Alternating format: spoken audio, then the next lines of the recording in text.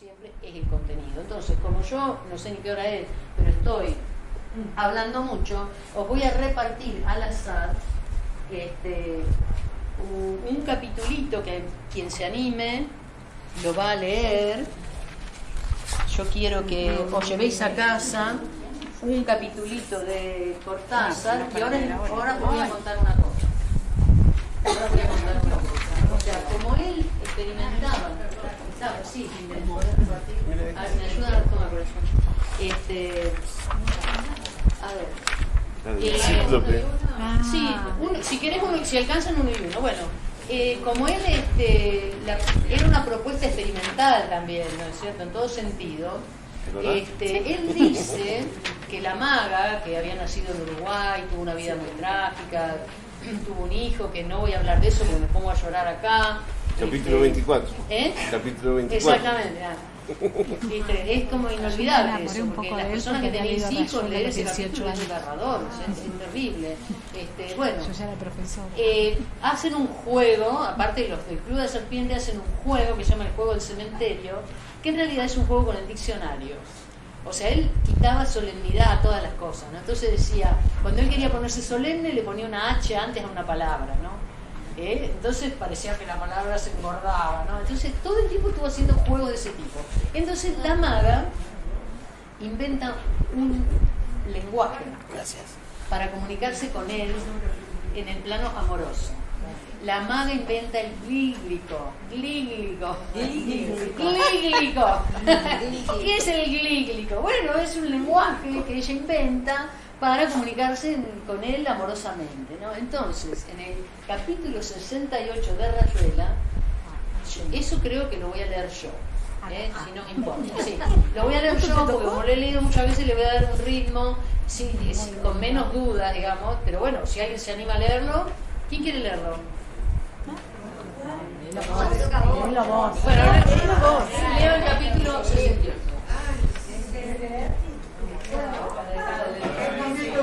Para que veáis hasta qué punto. ¿Lo querés leer tú? No, digo que ya estoy en edad de ser un viejo verde porque me tocó lo más pornográfico de. No sé si me voy a animar a leer. Como quieras. Bueno, lo leo yo y así no. A ver, venga, Roberto. Si me pongo colorado, no se ríe. No, pero con vos así, levantate porque si no, no te oímos. Dale. Le tocó justo el mismo. Eso. Bueno, es una pareja, ¿verdad? Están en un momento de intimidad.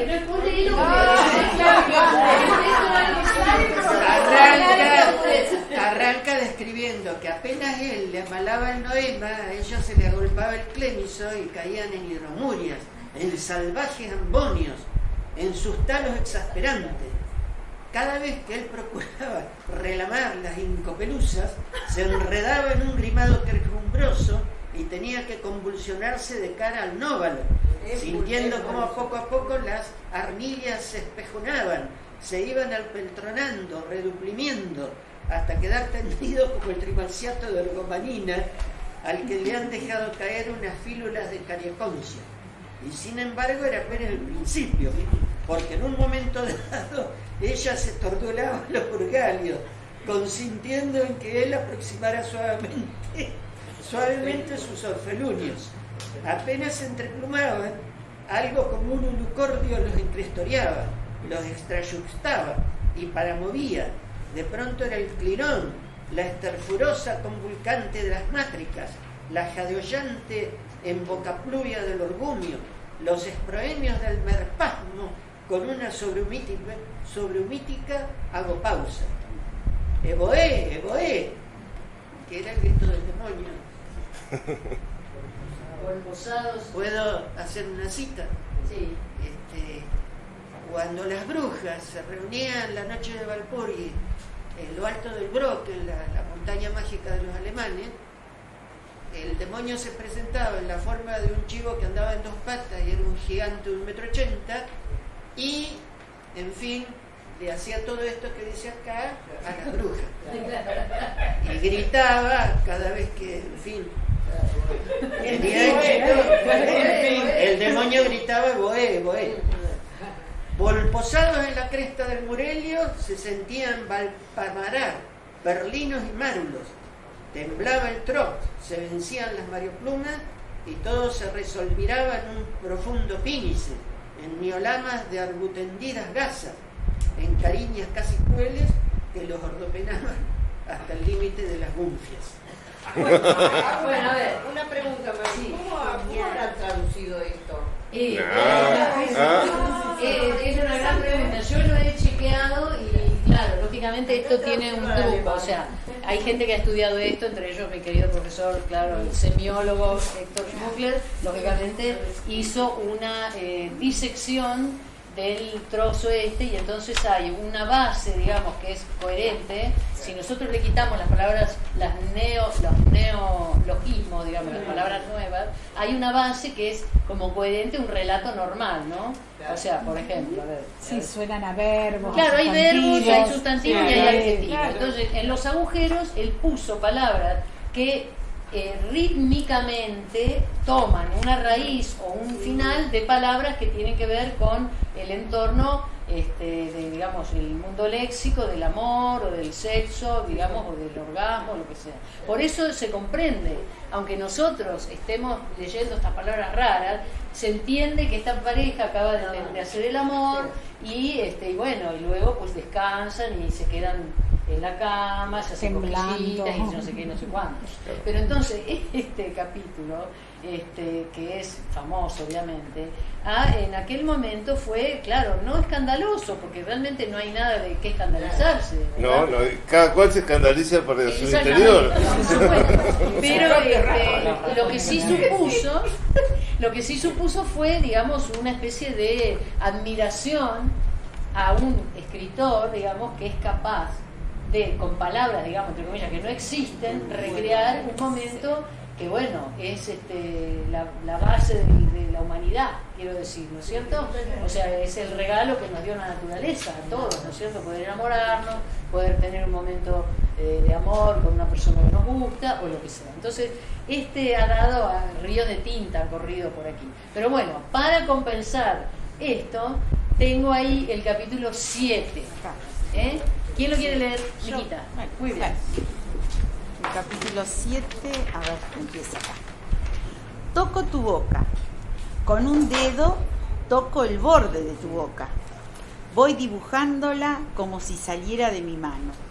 Como si por primera vez tu boca se entreabriera.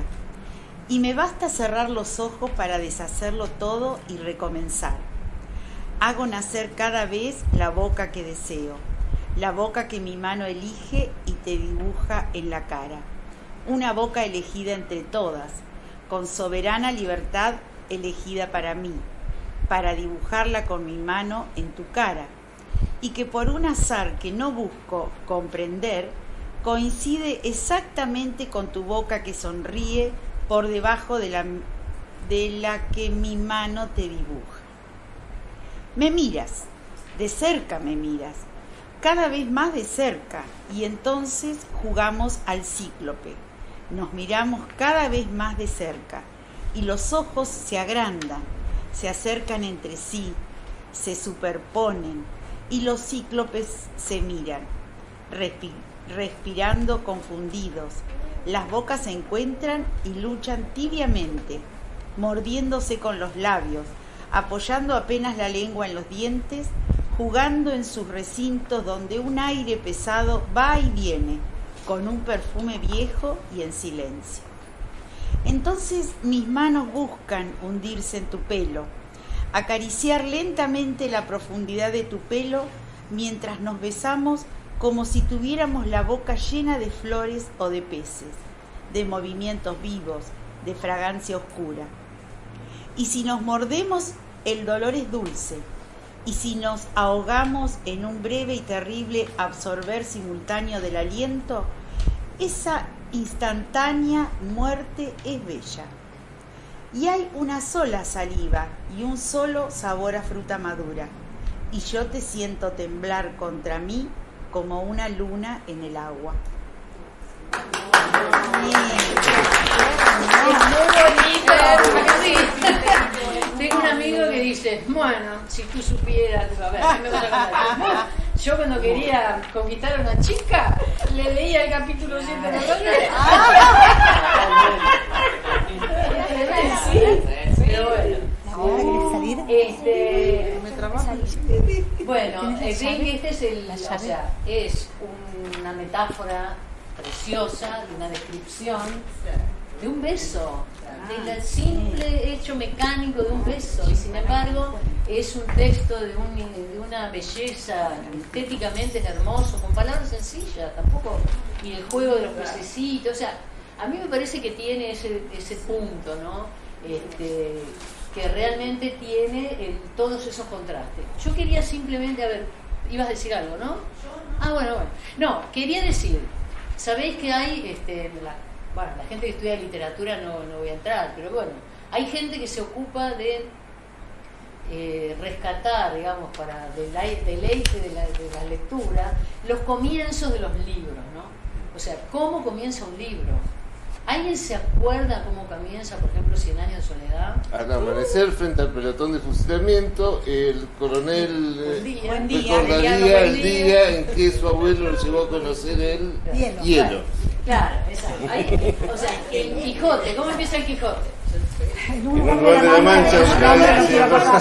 ¿Cómo empieza, digamos, si no empezamos como él dice por el capítulo 79? ¿Cómo empieza Rayuela?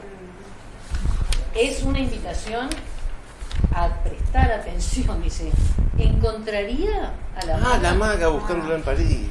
Tantas veces me había bastado asomarme viniendo por la Rue du Seine, el arco que da al Quai de Conti, bueno, son las calles, ¿no? Y apenas la luz de ceniza y olivo que flota sobre el río me dejaba distinguir las formas, ya su silueta delgada se inscribía en el Pont des Arts, el puente de las artes, ¿no? Que es de madera, todavía está.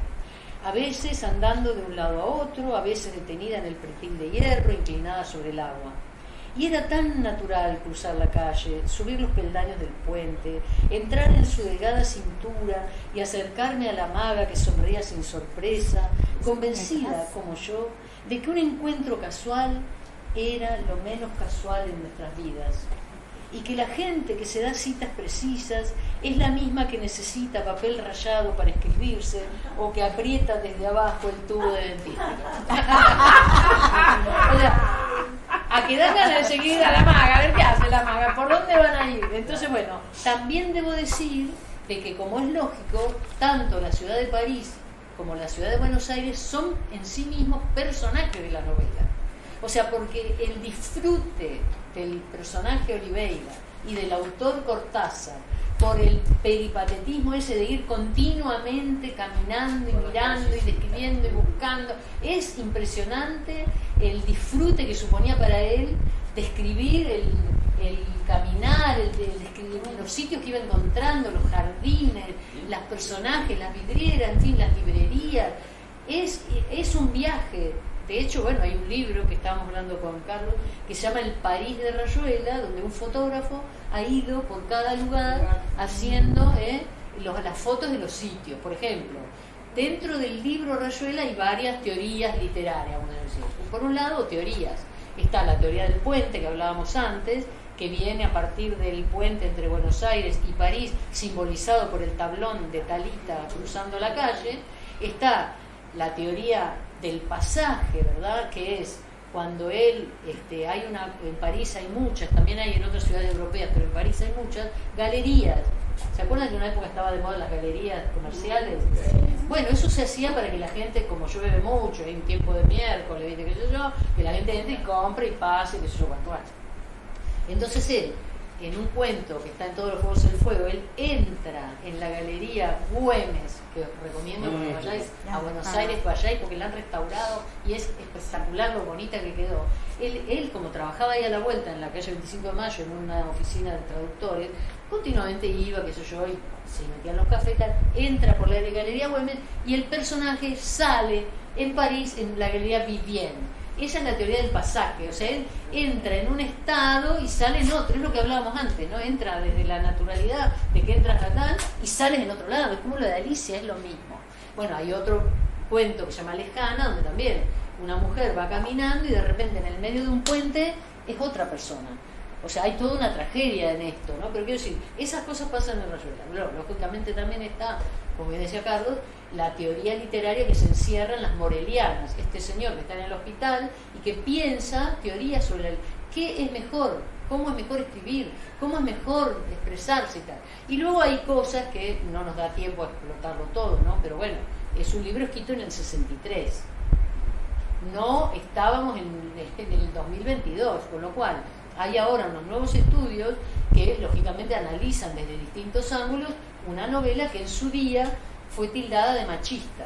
Bueno, Cortázar llegó a explicar, digamos, que él no era deliberadamente machista, que es cierto que él habló del escritor cómplice, que era hombre, pero no es que dijo el escritor cómplice es hombre, el problema es que dijo que el lector pasivo era el lector hembra. Entonces, bueno, se le subieron, imaginaron, a la cabeza y tal. Él después lo explicó.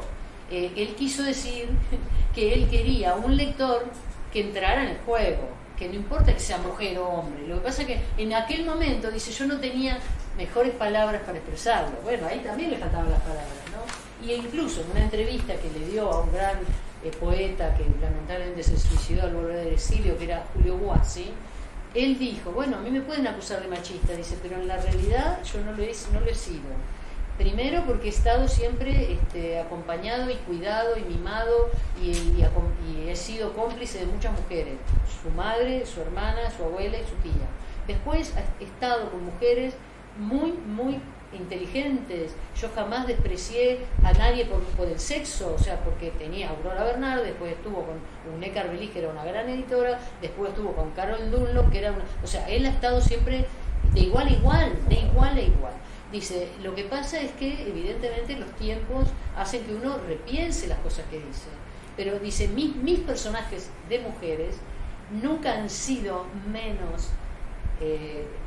ahora no tengo la frase exacta, pero menos audaces o menos comprometidas que mis personajes hombres. Y eso es verdad. O sea, os invito nada más, como todo está en los libros. Yo no voy a ser yo quien defienda ahora si Cortázar era machista o no era machista, o dejó de ser o dejó de no serlo, sino que bueno, lo digo porque es un tema que hay que hablarlo, ¿por qué no? No hay temas tabú y menos con él, pero bueno, hay que buscar esas referencias para uno se queda con la idea que quiera y cómo lo reciba, ¿verdad? Entonces, bueno, es una novela escrita hace 60 años que aún así las protagonistas mujeres se las traen, porque ahí dice Perico, que es el gallego, dice, es que la maga se las trae, o sea, la maga era una rompedora, o sea, porque salía del molde, ¿no? Ella está bien, accedía al conocimiento desde otro lugar, desde la sensibilidad, o sea, quizá más al estilo de lo que nos guste ahora, no solo del cerebro, sino de la sensibilidad, del cuidado, del amor, lo que fuera, ¿no? Entonces, yo podría seguir compartiendo con vosotros esto, no sé ni qué hora es, pero me gustaría que ahora al revés, que ahora los lectores futuros que vais a hacer, que tenéis aquí para terminar la maravillosa despliegue de los libros de Cortázar, que está prácticamente completo. He echado en falta solo uno, que si puedo lo aportaré, que es Último Round. Hay una gran posibilidad de acceder a la lectura, incluso los que publicó Aurora Bernard póstumamente, que son, por ejemplo, Imagen de John Keats, que es un paseo por Roma y por el poeta John Keats cuando él hace el primer viaje a Italia. Están las clases que él dio en la Universidad de Berkeley, donde los alumnos le preguntan y habla de todo, y están los papeles inesperados, que son las cosas que él dejó en su casa en una cajita y que luego Aurora lo publica, y que hay muchos cuentos inéditos, hay muchos papelitos sueltos y tal. Os cuento una sola cosa: ¿cómo se escribió Rayuela? A lo largo de 10 años, ¿cómo se escribió Rayuela? ¿Cómo la escribió él? Esta es una imagen impresionante, me la contó Aurora. Él iba escribiendo trozos.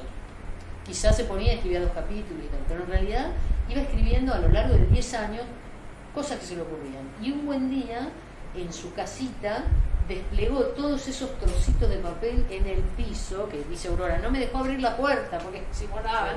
Y ahí terminó de ordenar el orden que le dio al libro. O sea que esos papeles que se fueron como acomodando, fueron escritos dispersos. O sea que a veces, fijaros, qué interesante, ¿no? Porque la gente que acá escribe... Todos los días un poquito. Todos los días un poquito, ¿qué? Contar dónde está ese original. ¿De qué? El original del papelito. El original de Rayuela, porque claro, luego se escribía a máquina, ¿no?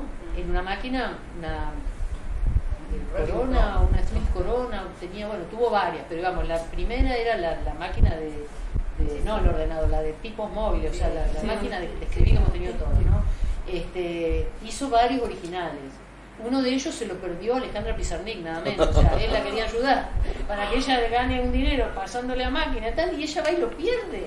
Entonces él tenía otro, y bueno, hubo varios originales. Pero digamos, el que se da por último, que tampoco, porque el último quedó en la editorial, que se perdió. El penúltimo, vamos a decir así, que él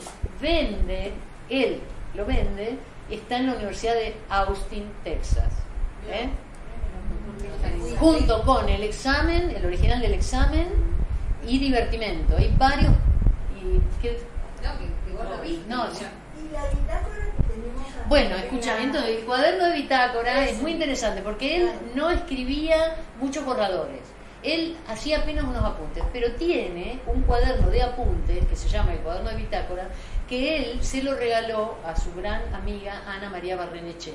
Y tengo que decir, gracias por mencionarlo, que cuando fue el aniversario en el 14 y se hizo la gran exposición en París de la literatura argentina, hubo un stand muy bonito donde Roberto de Biase hizo la animación del cuaderno de bitácora. Entonces vos te acercabas a una vitrina y ibas pasando en las páginas del cuaderno de bitácora. Eso Está en la Biblioteca Nacional. y está en la Biblioteca Nacional.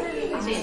Porque es un tesoro absoluto. Sí, es un trabajo maravilloso, porque lógicamente luego ese libro se publica como cuaderno de bitácora, que bueno, acá no está, pero algún día estará, que son todos los estudios previos que hace Ana María Barrenechea, que fue una de las primeras personas que dijo, acá hay un gran escritor, y Borges también, y el segundo fue Héctor Schmuckler, que publica en el año 65 el primer trabajo crítico importante que los ensalza, ¿no?, de Rayuela, pero ese cuaderno Está todo anotado en los marcos. Efectivamente. Está ¿Qué es lo que tachado, borroñado, vuelto a escribir. Con esa ayuda de memoria. y hay dibujitos, por ejemplo, están en los pasos que hace como es Oliveira cuando vuelve, que se toma el colectivo y pasa por el puente de la avenida San Martín, y cómo ve desde ahí los prostíbulos. Gracias por recordarlo. Sabés que lo había pensado, pero como no tomé apuntes, lo tengo que decir, que tenemos en Luis Beltrán, porque si os lo cruzáis en la calle algún día, la persona que hizo ese trabajo maravilloso de hacer la animación, digamos, hizo el escaneado, Bueno, les cuento. Ese cuaderno está en la Biblioteca Nacional, Sí. en Las Heras y Agüero, en el Museo de Buenos Aires. Y está en un lugar súper cuidado, porque todos los libros que son como incunables o son súper valiosos se guardan a resguardo De de la temperatura, humedad claro. y demás. Entonces, estuvieron con guantes, como se tratan todas las obras de arte, se escanearon, se fotografiaron para después poder hacer que era esto. Vos te acercabas a un vidrio, los tocabas aquí, como se hace en como las se pasa compras, una ¿no? hoja, digamos, Como en las cosas de supermercado, tipo de las ofertas, y entonces pasaba la hoja y ibas leyendo cada hoja de ese Sin cuaderno. tocar un libro, para no Claro, tocar. No, el libro nunca salió de la No, el libro no, pero es maravilloso eso, porque el libro es exacto igual que el libro. Y la sensación que vos tenés es que vos estás tocando ese libro pasando la maravilloso. Gracias por traerlo. Bueno, eso lo hizo Roberto de Biase, que es un experto en animación y bueno, y sensible a cortasariano también, porque si no, viste, acá el mundo se divide entre los que sí y los que no. Yo soy de los que sí, que me gusta Cortázar. Bueno, más cositas, ¿vos qué ibas a decir? Bueno, y yo tuve la suerte de que, a pesar de que es una universidad privada y que cobra un dineral a los alumnos, yo escribí desde Madrid diciendo, bueno, yo soy una persona que me gusta investigar Cortázar y quiero ver si me podéis dejar ver. Por supuesto, inmediatamente contestaron, me invitaron, me pusieron una mesa, también me pusieron un vigilante, ¿eh? No, sí, Claro, claro, ¿cómo que no? Mirá Mirá dónde estaba. Claro, no se podía fotografiar, pero me dejaron agarrar. Yo tuve en mis manos ese original, que ya digo, no es el último, pero es uno de los últimos, con sus anotaciones y tal, y también, lógicamente, el examen y divertimento y otros papeles sueltos que hay, y sus cartas, y toda la parte, digamos, de la negociación que hubo, porque con él vendiendo eso, como yo digo, él tuvo que trabajar toda la vida y no tenía fortuna. Entonces, con lo que él sacó vendiendo a la Universidad de Austin esos manuscritos, que no son los únicos que hay de Borges, hay de García Márquez, ¿viste? Hay de muchos escritores, con eso él se compró la última casa que tuvo en París. O sea, le sirvió para comprarse una casa. O sea, porque no tenía, o sea, él se había separado de Aurora se quedó con la primera casa y después él alquilaba. Cuando se casa con Carol Dunlop, que es con la quien hace Los Autonautas, se tienen que comprar otra casa. Bueno, podrían seguir viviendo alquiler, ¿no? Pero bueno, se compran otra casa en la Rue Martel, si algún día vais a París, está en el norte, pasando el río para arriba, cerca de la Galería Vivienne, y hay una plaquita que puso la municipalidad de París. No hay muchos homenajes en Francia a Cortázar, lamento decirlo. Pocos hay, pero bueno, algunos hay. Y bueno, acá vamos a ver si seguimos leyendo, que es el mejor homenaje que le podemos hacer.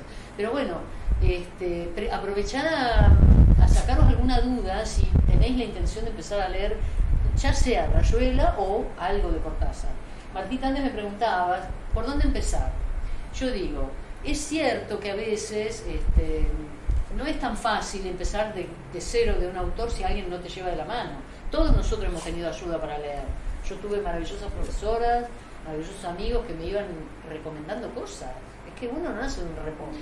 Entonces yo digo, para por ahí romper ese hielo de que es difícil, de que lo fantástico y tal, empecemos por ejemplo, podría ser historias de cronopios y de fama, que acá está, que son pequeñas historias que os cuento. Él las fue escribiendo al principio para los hijos de sus amigos Jonquière. Entonces, por eso hay muchos que parecen cuentos para niños. Por ejemplo, El oso de las cañerías, ¿no? Es un cuentito que él escribió a María, la hija de Jonquière. Pero son textos literarios, no son ñoñerías, son textos literarios, ¿no? Donde hay una fantasía y tal. Historias de cronopios y de fama está dividido en 3 partes. En una de ellas habla de la fundación mitológica de los cronopios, ¿no? ¿Qué significan los cronopios? La gente dice, no, porque es cronos por el tiempo. No. Son unos seres verdes, inacibles, que él vio, dice, un día que estaba en un concierto, en un ensayo, en el descanso. Unos globitos verdes, o sea, que no son personas, son seres fantásticos, pero que actúan, ¿viste? Que son envidiosos, son malos, que hacen la zancadilla. Y luego están, para complementar a los cronopios, están las famas, que son las personas como yo, que trabajan, ¿viste? Que hacen la cama todos los días, que aprietan el coso de edad, y las esperanzas, que son tontas. No sé, ¿no? Entonces, bueno, la historia de los cronopios, y luego hay toda una serie de anécdotas de barrio, ¿no? De una familia que...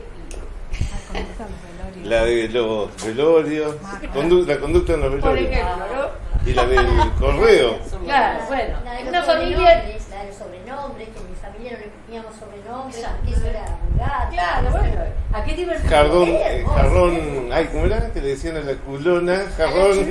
Vasija griega, ánfora griega. Ánfora griega. Nosotros a mi tía no le decimos la culona. No le decimos ánfora griega, le decimos la culona. Muy transgresor. Y bueno, y después está esa parte de los, ¿viste? Pobre gente la que no tiene familia para ir a los velorios. Entonces nosotros vamos y le prestamos la nuestra. Y vamos y lloramos, ¿viste? Y nos tiramos arriba el coche y hacemos café.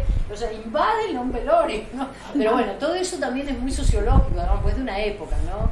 Cuando antes también se alquilaban a la Llorona, o sea, que no, y luego los que levantan una guillotina en el patio. Sí, que los vecinos empiezan a preocuparse, porque hacían atrás de esa casa. Exacto, atrás de la casa levantan una guillotina, y dicen, bueno, ¿qué van a hacer? Bueno, Y hay uno que también habla en lírico, de inmiscusión interrupta. Inmiscusión interrupta, claro, él, lo que pasa es que a Cortázar le encantaba experimentar con el idioma. Estirar las posibilidades del idioma, todo lo que puede. Entonces, la inmiscusión interrupta sería... Está grabado por él, Claro. está el Claro. disco. Yo tenía el disco. Claro, o sea, hay una inmiscusión interrupta. ¿Qué es eso? Bueno, pues hay que leer. Bueno, y luego entonces también otro libro que a lo mejor es muy accesible, es un libro que a mí me fascinó, que vino detrás de Rayuela, que además yo tengo la edición, digamos, que hicieron 2 ediciones. Esta, que era la popular, digamos, la más accesible, en 2 volúmenes, y la otra, que era como más lujosa, entre comillas, que es en un solo volumen. Y yo pedí por contrarreembolso, gracias a la señora de Debo, que dijo, oye, si ustedes necesitan comprar un libro, escriben a la librería La Nena y lo piden por contrarreembolso. Y así ni corta ni perezoso, yo escribo a la librería La Nena, pido el libro, y cuando llega, pobre Bravo era en la bici, con un paquete así, y mi mamá dice, ¿pero qué pediste? Un libro. ¿Cuánto cuesta? ¿Viste? Eran 2.000 y pico pesos de aquella época, de 67, un dineral, es como si ahora fueran, no sé, 20.000 pesos. No, más, 40.000 pesos. ¿Cuánto vale un libro? 40.000 Sí, hay de 20.000. Mi mamá no dijo nada, bueno, la señora que no viste los problemas, después había que arreglarlos dentro, sacó su monedero negro que era como de pielcita así, le pagó al señor y me pegó un chorreo que me dijo, pero ¿cómo se te ocurre pedir un libro sin pedir permiso? Yo no sabía que era tan caro. Bueno, si mi mamá hubiera sabido lo feliz que me hizo a mí ese libro hasta el día de hoy, ¿viste? El partido que le saqué, lo feliz que me hizo, quizás, ¿viste? Me habría perdonado esa falta de consideración, porque pobres mis padres, ¿viste? No era tan fácil tener en una casa como la mía, que no había un sueldo, que había que mirar el cielo y todo eso, como bien sabéis, los que somos hijos de agricultores, no había sueldo. Bueno, en fin, ese libro me hizo muy feliz. Bueno, este libro es un libro que él llamaba el libro almanaque. La gente que somos más mayores, en las casas antes había un almanaque, se llamaba. Entonces ahí estaban las mareas, los cambios de la luna, la información sobre de cuándo había que sembrar. O sea, era una información global y tenía cosas de historia del año anterior, lo que había pasado, las guerras, no sé qué. Bueno, esos almanaques se editaban todos los años y ahí estaba, era como un saber enciclopédico, que vos necesitabas algo, como se cría un becerro y vas ahí y estaba, ¿no? Entonces él leyó de chico esas cosas, eso y Atlas, y tenía también el Tesoro de la Juventud, o sea que su saber era como enciclopédico, disperso, o sea, no lineal, sino un poquito de todo, ¿no? Y él hace este libro, La Vuelta al Día en 80 Mundos, ¿qué es eso? Es como un libro almanaque, le llama él. Y hay de todo un poco. Entonces acá en este libro uno puede, por ejemplo, leer una preciosa referencia a Julio Verne, una maravillosa referencia, ¿viste?, a Charlie Parker, una maravillosa referencia a Thelonious Monk, que es otro, o a Gardel, o sea, cosas sueltas, o un viaje que hace a la India, o sea, que esto es un libro muy accesible y también tiene cosas muy divertidas y hay un hermoso homenaje a Jorge Luis Borges en este libro. Y después de ese, como le encanta, a la gente nos encantó el libro, se ve que lo metió bien, saca otro igual, del estilo, que se llama Último Round, con la particularidad de que Último Round, que es, lástima que no lo tengo acá, es un libro largo, como más largo que este, así, un libro largo, bastante lujoso, digamos, y que está guillotinado acá. O sea, vos abrís el libro y tenía guillotinado acá.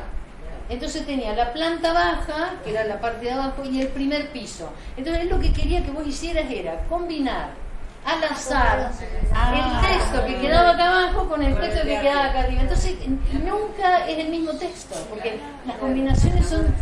Bueno, es que es lúdico, o sea, es para jugar. Él quería eso, que uno juegue. Y entonces, en Último Round, él ya recoge sus vivencias de mayo del 68. Entonces, se pasó con la cámara de fotos, sacándole fotos a los carteles que había en la calle durante mayo del 68. Entonces está, dice, desabotónese el cerebro tantas veces como la bragueta.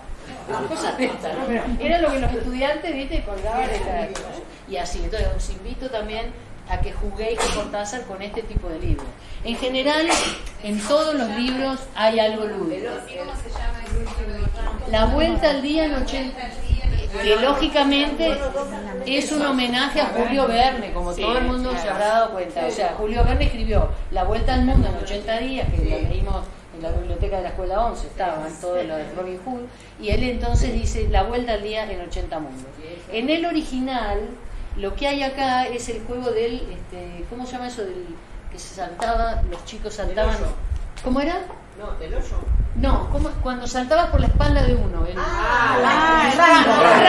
rango. Pero uy, perdón, empiezan a saltar y termina siendo una rana el último. Bueno, en fin.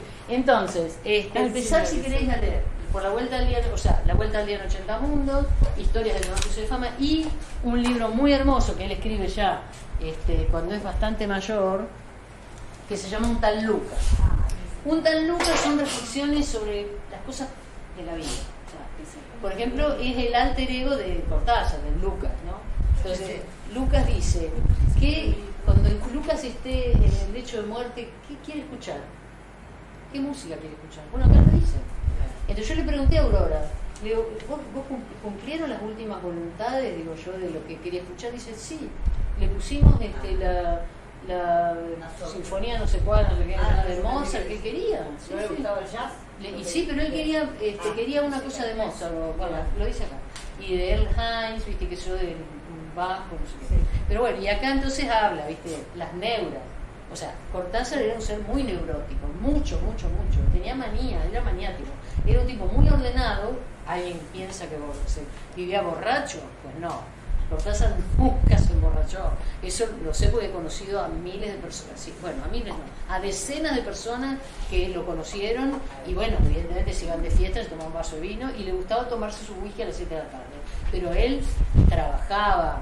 O sea, trabajaba y si tenés que trabajar no puede estar muy borracho, que digamos. Entonces, él era muy neurótico del orden de sus papeles, del orden de su vida. O sea, Aurora me decía, era un tipo metódico. Claro, con semejante obra no puede hacerlo un tipo tan enloquecido, ¿no es cierto? Entonces, bueno, en este libro, Un tal Lucas, él acá repasa sus neuras. Entonces, todos nos podemos sentir identificados de alguna manera con él, ¿no es cierto? Es una pena que ya no nos da tiempo de leer algo, pero a ver, bueno, en fin, él hace un repaso a todas sus neurosis, digamos, qué sé yo, la verdad que y uno se siente muy humano. Así que bueno, yo creo que acá me callo. Y si queréis preguntar algo y no tenéis que ir a darle de cenar a ningún bebé o a ningún nieto, sí, falta un libro acá, Salvo el crepúsculo, de poesía. Está acá en la biblioteca, pero no está acá. Estará prestado, ojalá. Bueno, digo porque la beta poética de... Sí, muy bien apuntado. Salvo el crepúsculo, bueno, os digo una cosa. Por supuesto en Rayuela está lleno de poesía, porque el primer libro que él publica en el año 1938, que lo publica con seudónimo, se llama Presencia y se hace nombrar Julio Denis. Todavía no sabemos por qué se puso Julio Denis, pero lo averiguaremos. Él saca ahí 42 sonetos. Entonces la gente le dice, no, dejate hinchar, los sonetos ya los escribió Quevedo, ¿viste? Dejate corobar, ponete a hacer lo que vos haces mejor, que son esos cuentos maravillosos que vos escribís. Entonces, como que se le cerró la puertita para la poesía, pero él nunca dejó de escribir poesía. Entonces, en un libro que acaba muy bien de mencionar Carlos, que se llama Salvo el crepúsculo, él reúne todas esas poesías que le habían quedado en los cajones, bien, fantástica, esas poesías que le habían quedado en los cajones y que incluso están publicadas, mechadas en otros libros, y apuntes también sobre las teorías literarias y sobre cosas diversas, ¿viste? Porque este es otro libro almanaque también, ¿no? Porque hay prosa, pero hay poesía, pero hay reflexiones sobre cosas de la vida y tal, y él aquí reúne toda la poesía que él salvó, digamos, ¿no es cierto? Tanto es así que él se asume como el viejo poeta en una carta que le escribe a una escritora argentina, se llama Luisa Storansky, que dice yo, el viejo poeta, ¿no? Él habría querido ser reconocido como poeta, pero bueno, con el tiempo quizá lo hagamos, porque quizá él también, con el tipo de poesía que escribió después de los sonetos, que tienen una métrica muy así, él se vuelca a la poesía libre, que no es que no tenga ritmo, porque acordaros que él era un gran disfrutador de la música, él había estudiado música, sabía de música, sabía leer música, y tenía lo que él decía, la música en la literatura tenía que ser el swing de la y si uno lo lee cualquier frase, o sea, cuando empecéis a leer de nuevo, tratar de sacarle una palabra, a ver qué pasa. está todo ajustado como las matemáticas que está en la música. O sea, no sobra nada. Cortázar no utiliza un adjetivo porque sí. Está todo muy medido, porque él escribía rítmicamente, como un poeta. Como un poeta. Y además, como fue gran escritor de cuentos, los cuentos tienen otro ajuste que una novela, ¿no? Entonces, en un cuento, él decía que un cuento era una esfera, tenía que ser una esfera perfecta. Una esfera es, geométricamente, es la perfección. No puede sobrar nada, no puede haber arista, porque entonces ya no es una esfera, ¿no? Entonces, todo eso abona esa teoría, ¿no? Que él, yo creo que también la prosa la escribía en clave poética, porque utilizaba metáforas y por estos juegos que hacía con el idioma en el fondo, rítmicamente todo suena muy bien. El clíglico que acabamos de leer, ¿no? Suena a poesía, o sea, aunque no lo entiendas, como si estuvieran hablando en chino, qué sé yo, ¿no? Pero bueno, veis que hay mucho por andar, hay mucho por leer, y yo no puedo hacer más que animaros, empezar por donde empecéis. Y como dijo Borges, y si no os gusta, lo tiréis a la papelera. Pero es que no hay que perder el tiempo con algo que no te gusta o que no te llega. Lo que pasa es que a veces, a lo mejor hay que vencerla, ¿no? A ver, los grandes lectores, ¿qué consejos nos dan? Los grandes lectores cortasarianos acá. ¿Qué hay que hacer? Leer bestiario.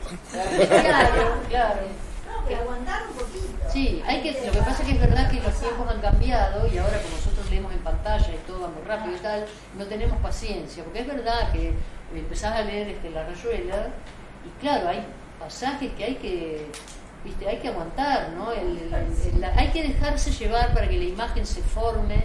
Yo soy defensora de la lectura porque trabajé en una fundación, Sánchez Ruiz Pérez, que se dedicaba a investigar la lectura, los libros, la edición y la historia de la edición. Entonces, en la última etapa de mi trabajo ahí, ya empezamos a tener otros investigadores que no eran solo los de hacer encuestas a ver qué leer, no.